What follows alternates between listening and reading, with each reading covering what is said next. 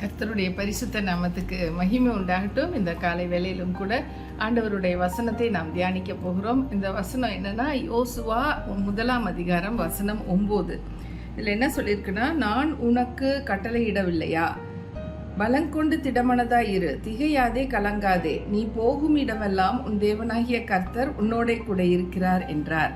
இது யாருக்கிட்ட பேசுகிறாங்கன்னு சொன்னால், கர்த்தராகிய ஆண்டவர் யோசுவா கிட்ட பேசுகிறாரு. யோசுவா ஒரு வாலிப பிள்ளை, ஆனால் அவருக்கு கொடுக்கப்படுற டாஸ்க் பெருசு. என்னன்னு சொன்னால், ஒரு 30 லட்சம் ஜனங்களை அந்த எகிப்து தேசத்துலேருந்து கானான் தேசத்துக்கு கூட்டிகிட்டு போகிற ஒரு பெரிய பொறுப்பு இவருக்கு கொடுக்கப்படுது. மோசேக்கு கொடுக்கப்படுது. மோசே நிறைய தூரம் கூட்டிகிட்டு வந்துடுறாரு. அதுக்கப்புறம் கானான் தேசத்துக்குள்ளே போகக்கூடிய காரியங்கள் யோசுவா கையில் கிடைக்குது. அப்போ யோசுவா ரொம்ப திகைச்சு போய் தான் இருப்பார். எப்படி இவங்களை அழைச்சிட்டு போகிறது அப்படிங்கிற ஒரு ஃபீலிங் இருக்கும். ஏன்னா மோசே வயசானவர், அவர் சொன்னதுக்கெல்லாம் கீழ்ப்படிஞ்சாங்க, பாதி பேர் கீழ்ப்படியலை. இப்போ இவர் சொல்கிறதெல்லாம் எப்படி நடக்கும் அப்படிங்கிற ஒரு யோசனை இருக்கும் பார்த்தீங்களா ஒரு வாலிப பிள்ளைக்கு. அப்போ ஆண்டவர் சொல்கிறாரு, இல்லை நான் உனக்கு கட்டளை இடலையா, நான் உங்ககிட்ட சொல்லலையா, பலன் கொண்டு திடமனதாக இரு, நீ நல்லா பலன் கொண்டு இரு. ஏன்னு சொன்னால், உனக்கு அந்த பலன் வேணும், அந்த சத்துவம் வேணும், ஒரு தைரியம் வேணும். அதை தான் அவர் இங்கே சொல்கிறாரு, பலன் கொண்டு திடமனதாக இரு. இதுதான் அந்த கமாண்டு. மனசில் உனக்கு எதுவுமே டவுட் வர வேண்டாம், கன்ஃபியூஷன் வர வேண்டாம். ரொம்ப ஸ்ட்ராங்காக ஃபோக்கஸ்டாக இரு. ஒரே காரியம் நான் சொல்கிறேன், நீ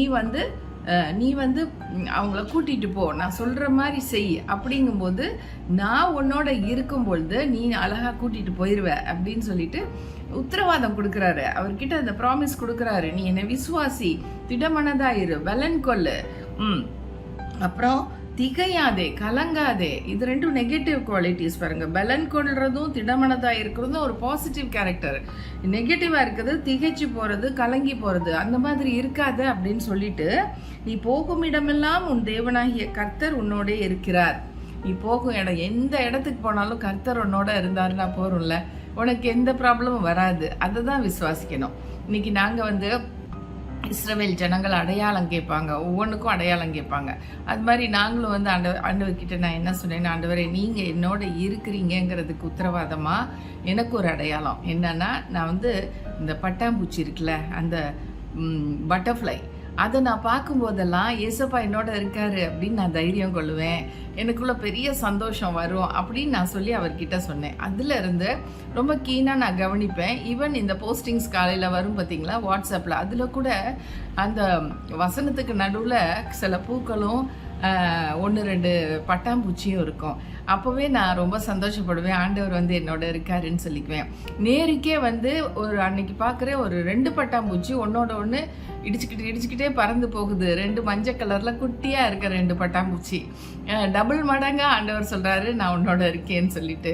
அது மாதிரி எந்த படம்னாலும் சரி, நேருக்கே வந்தாலும் சரி, நான் உடனே சந்தோஷப்பட்டு சொல்லுவேன், ஏசப்பா என்னோட இருக்காரு, அடையாளம் காட்டுறாரு அப்படின்னு நான் சொல்லுவேன். நீங்களும் அடையாளம் வச்சுக்கலாம், எதை வேணாலும் வச்சுக்கோங்க. அதுக்கான ஒரு மீனிங் கொடுங்க. ஆண்டவர் நீங்கள் எந்த விதத்தில் நம்புறீங்களோ அதை நீங்கள் காரணமாக சொல்லி நீங்கள் வச்சுக்கலாம். இப்போ இவர் சொல்கிறாரு, நீ போகிற இடத்துலலாம் நான் இருப்பேங்கிறாரு. அதான் நீ எங்கே போனாலும் சரி அந்த இடத்துக்குள்ள நான் இருப்பேன்னு சொன்னார்னா அந்த எந்த பிரச்சனையும் வராது.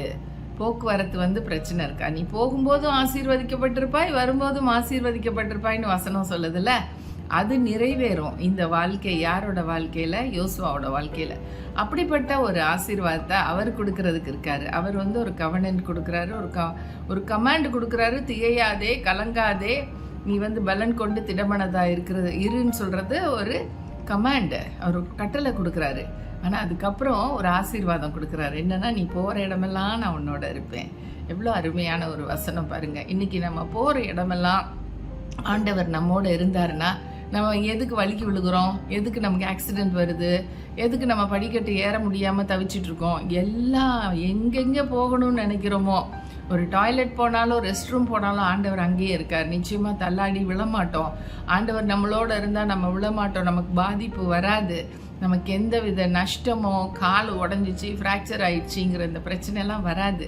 அப்போ ஆண்டவர் சொல்கிற அந்த வார்த்தையை நம்ம முழுமையாக நம்பி, ஆண்டவர் என்கிட்ட பேசுகிறாரு, எனக்கு எந்த ஒரு பாதிப்பும் வராது, நான் கர்த்தரோட பிள்ளை, அதனால நான் போகிற இடம் எல்லாம் அவர் வரேன்னு சொல்கிறாரு. நான் அதை விசுவாசிக்கிறேன். நிச்சயமாக என்னோட வர்றாரு, என்னோட நடக்கிறாரு, என்னோட ஓடி வர்றாரு.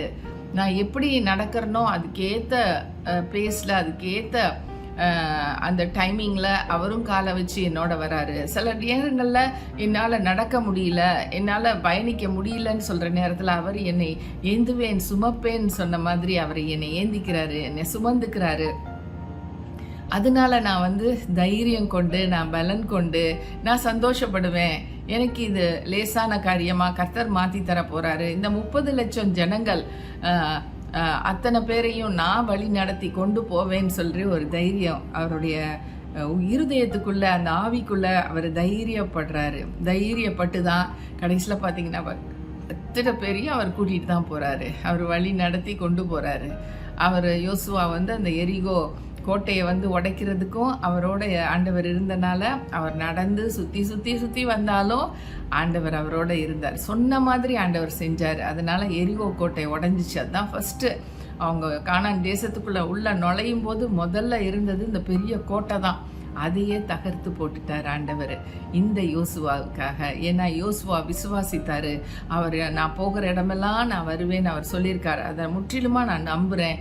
அதனால இந்த காரியம் கர்த்தரால் உண்டாகும். நிச்சயமாக எரிகோவை கைப்பற்றிட்டு அப்படியே நம்ம உள்ள போய் கானான் தேசத்தை ஃபுல்லாக நம்ம ஆண்டு கொள்ளும்படிக்கு ஆண்டவர் நமக்கு அந்த தேசத்தை, பாலும் தேனும் ஓடுகிற நல்ல தேசத்தை நம்ம கையில் கொடுக்க போகிறாருன்னு சொல்லிட்டு அவர் முயற்சி எடுக்கிறாரு.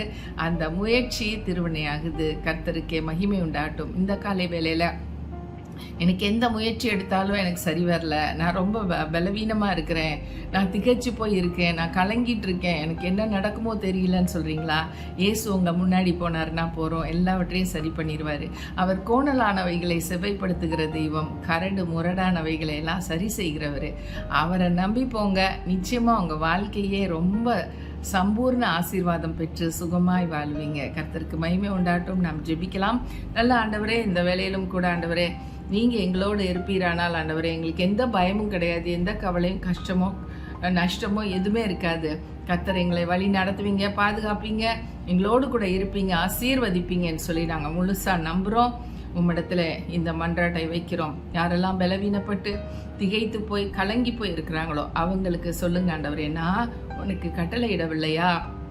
நான் உனக்கு முன்பாக சென்று எல்லாவற்றையும் நான் சரி பண்ணுவேன், நான் உன்னோட கூட இருப்பேன்னு சொல்கிற அந்த வார்த்தையை அவங்களுக்கு கொடுக்குறீங்க. கர்த்தர் ஆசீர்வதிங்க. இயேசுவின் நாமத்தில் கேட்கிறோம் நல்ல பிதாவே. ஆமென். God bless you all and thank you friends.